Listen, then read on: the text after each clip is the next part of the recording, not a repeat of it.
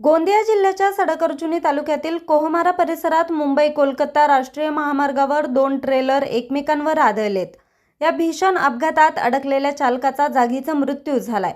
ही घटना रात्रीच्या दरम्यान घडली आहे. अपघात एवढा जोरदार होता की दोन्ही ट्रेलरचा समोरासमोरील भाग चेंदामेंदा झालाय. या अपघातामुळे महामार्गावरील वाहतूक काही वेळ विस्कळीत झाली होती.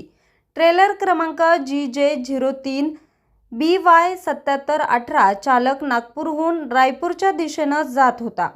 दरम्यान कोहमारा शिवारात मागून येणाऱ्या ट्रेलर क्रमांक CC07 DD 8841 न मागून जबरदस्त धडक दिली. ही धडक इतकी जोरदार होती की मागच्या ट्रेलरचं केबिन पूर्णपणे चेंदामेंदा झालं आणि चालक स्टेअरिंगमध्ये अक्षरशः अडकून पडला. अपघाताची माहिती कळताच कोहमारा येथील नागरिकांनी घटनास्थळी धाव घेतली, मदत कार्य सुरू केलं. 2 तासांच्या अथक परिश्रमानंतर चालकाला केबिनमधून बाहेर काढलं, मात्र तोपर्यंत त्याचा मृत्यू झाला होता. या घटनेची माहिती डुग्गीपार पोलिसांना मिळताच पोलिसांनी घटनास्थळ गाठून पंचनामा केला. तसेच गुन्हा नोंद करून मृतदेह उत्तरीय तपासणीकरिता पाठवलाय.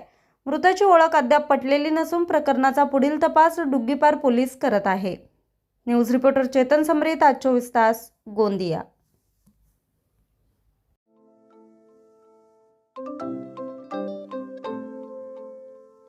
नवनवीन आणि ताज्या घडामोडींसाठी आज 24 तास सबस्क्राईब करा.